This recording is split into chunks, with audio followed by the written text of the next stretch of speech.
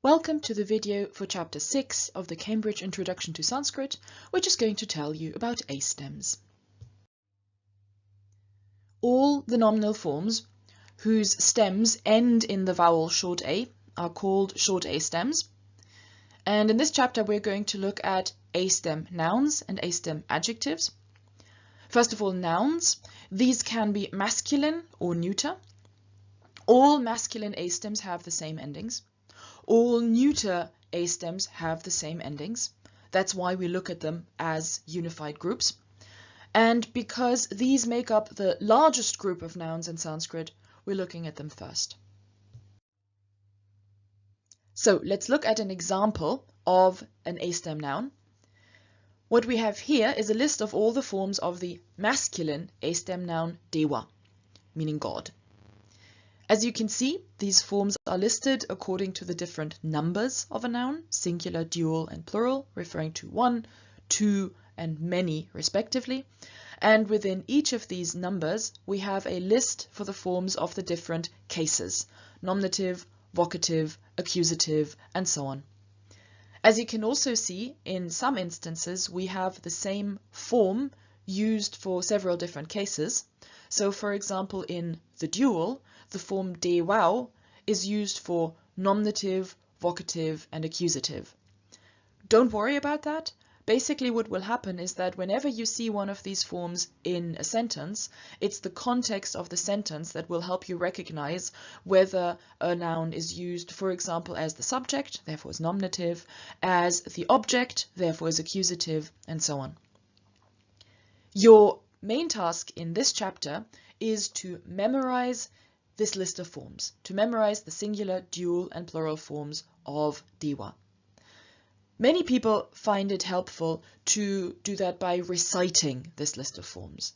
So, for example, they would go dewach, dewa, dewam, dewena, dewaya, dewat, dewasya, dewe.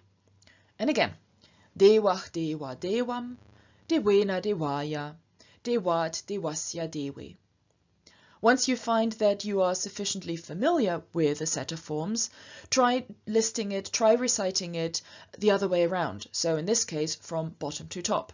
Dewe, dewasya, dewat, dewaya, dewena, dewam, dewa, dewach. Then go on to the dual.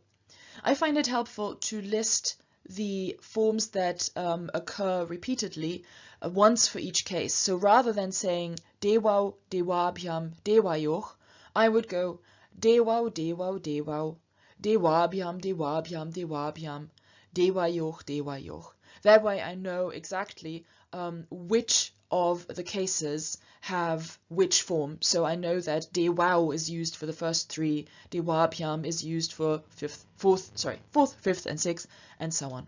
So again, dewau, dewau, dewau, dewabhyam, dewabhyam, dewabhyam, dewayoch, dewayoch. And again, once you're familiar with these forms, go from bottom to top. Then the plural. Dewach, dewach, dewan, dewaich, dewebyach, dewebyach, dewanam, deweshu. And again, from bottom to top. Once you're familiar with the singular, with the dual, and the plural, try and recite the entire paradigm from beginning to end, from end to beginning, and so on. If you don't find reciting that helpful, or if you find that you can only remember forms if you see them in a particular list, and you would like to see the forms in isolation, then go to the Brainscape website for this book. You can find the link to that in the other resources section of the book website at cambridge-sanskrit.org. There you will find flashcards for the individual forms, and therefore will be able to check your knowledge of these forms in isolation rather than in the context of a whole list. Once you're familiar with the forms of masculine A stem nouns, there's a little bit of extra work left, namely memorizing the forms of neuter A stem nouns. Fortunately, these are different from masculine A stem endings only in the first three cases, so only in nominative, vocative, and accusative. And furthermore, these forms will be identical in nominative and accusative within each number. So nominative, accusative, singular always identical to each other. Nominative accusative dual, always identical to each other, and so on. And furthermore, in the dual and plural, it's actually nominative and vocative and accusative, all three, that are always identical to each other. So for dual and plural, you will only have to memorize one extra form, one form additional to the forms that you've memorized for the masculine. So let's look at an example. The A-stem noun wanna, meaning forest, is neuter, and so its singular forms are wanam, wanna, wanam, and then it continues just like a masculine noun, so you have wanena, wanaya, wanat, wanasya, wane, and so on. So wanam, wanna, wanam are the new forms, nominative, vocative, accusative. In the dual, you have the form wane for nominative, vocative, and accusative, and in the plural, you have the form wanani, again for nominative, vocative, and accusative. So now that we've looked at A-stem nouns, let's go on to A-stem adjectives. If you remember, all adjectives have forms for all three genders, for masculine, feminine, and neuter, so that they can be used together with and can agree with nouns in all of these three genders. The masculine and neuter forms of A-stem adjectives are identical to the masculine and neuter forms of A-stem nouns. So, for example, if I take the adjective priya, which means dear, then its masculine forms are identical to the forms of the masculine A-stem noun dewach. So, for example, a dear God would be priyach dewach. O dear God, priya dewa. A dear God in the accusative, priyam dewam, and so on. Same with the neuter noun. If I want to describe a forest that is dear to me, then I would in the nominative have priyam wanam, a dear forest, priya wana in the vocative, o dear forest, priyam wanam again in the accusative, priyena wanena, and so on. The feminines of A-stem adjectives either are long A stems, which are introduced in chapter 9, or sometimes are long I stems, which are introduced in chapter 14. And because neither of those stems, neither long A stems nor long I stems have been introduced so far, you're not going to come across any feminine adjectives for the time being, neither in any of the examples nor in any of the exercises. Now, unfortunately, it is once again time to look at something technical, namely the retroreflection of N. What is that? Well, sometimes an N, which is a dental sound, can appear as a retroflex N. For example, if you look at the bottom of the screen, in case of the noun wana, meaning forest, the instrumental singular is wanena, and the genitive plural is wananam. But of a noun such as mitra, meaning friend, the instrumental singular is mitrena, and the genitive plural is mitranam. So in one case we have ena and anam with dental ends, and in the other noun we have ena and anam with retroflex ends. The main practical thing that you need to know here is that these endings or these forms are only formally different, but they are functionally the same. So ena and ena may look different, but they both express instrumental singular. Anam and arnam look or sound different, but again, they function in the same way. They both express genitive plural. So that's the main thing to know. These forms are slightly different in their appearance, but in their function, they're exactly the same. However, if you ever want to form your own Sanskrit words, you need to know a little bit more about this rule. So when does it happen? And basically the situation is the following. N is a sound that is fairly changeable, fairly malleable, changes its appearance fairly easily. And when you have a word in which the tongue is in a retroreflected position, so, for example, after a retroflex sound such as sh, or a sound such as consonantal R or vocalic R, then this curled back tongue position will affect the dental N so that it itself becomes a retroflex N, becomes a curled back N.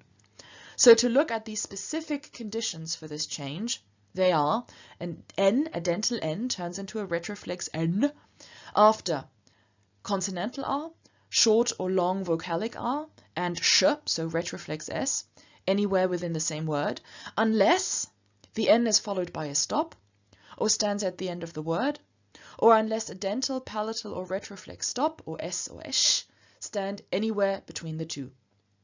So in other words, if we have a sound such as consonantal or vocalic R, or sh, preceding an N in the same word, within one word, this N will also become retroflex, unless there are conditions which sort of counteract this potential change. One would be if the N is followed by a stop. So for example, if N is followed by another T, then this nt will stay as it is. So even though the tongue may still be in a curled back position, the N will remain as it is.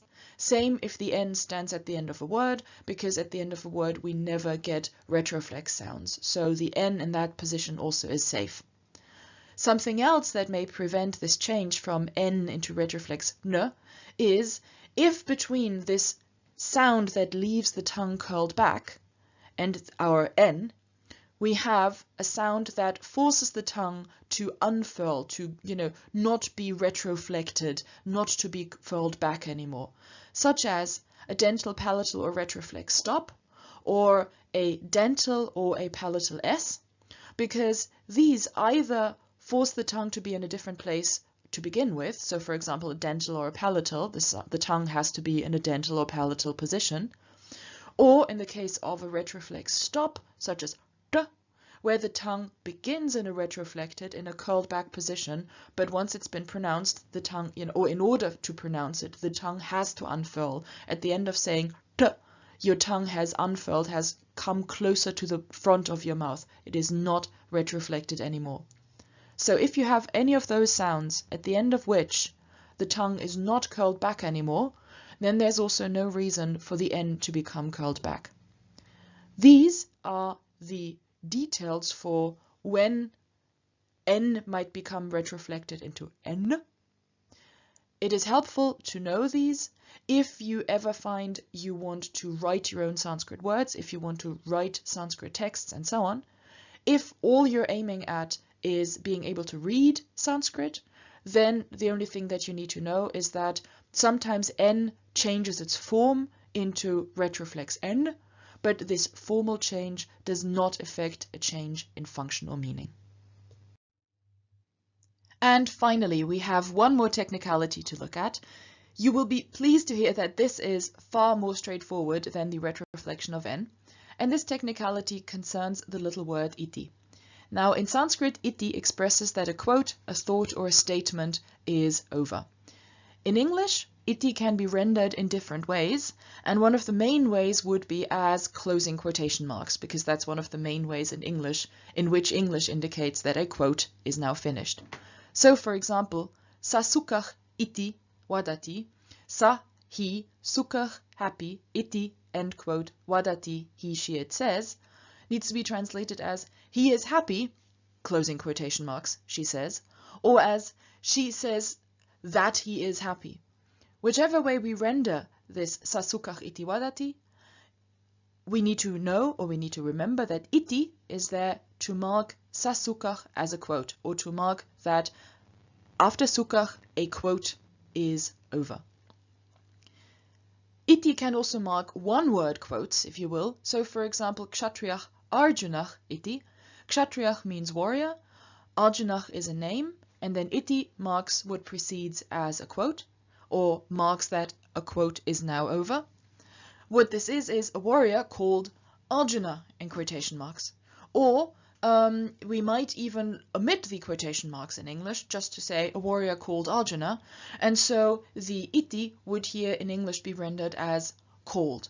So quite different, formally speaking, from the quotation marks that we had in the example above, but the point here is that no matter how we render it into English, iti in Sanskrit marks that something that precedes is a quotation or a thought of some kind. Note, however, that the beginning of such a quote or such a thought or such a statement is not indicated. So, for example, in Kshatriyah Arjunah iti, we have no way of telling that iti marks just Arjunah as a quote and not Kshatriyah Arjunah. And in the sentence that you see at the bottom, Janah Graham Vishati iti Vadanti, we also have no way of telling where the quotation that ends with Vishati, where that quotation begins. The only thing that can tell us that is the grammar of the sentence, because Janah is plural, the people, Graham means house, Vishati means he, she, or it enters, iti marks the end of a quotation, Vadanti, they say. So Janah has to actually go with Vadanti. Janah is plural, Vadanti is plural, the people say. And what do the people say? Graham Vishati, he enters the house, he is entering the house. There isn't anything visibly in the sentence that tells us that the quote begins with Graham. Only the grammar of the sentence can do that.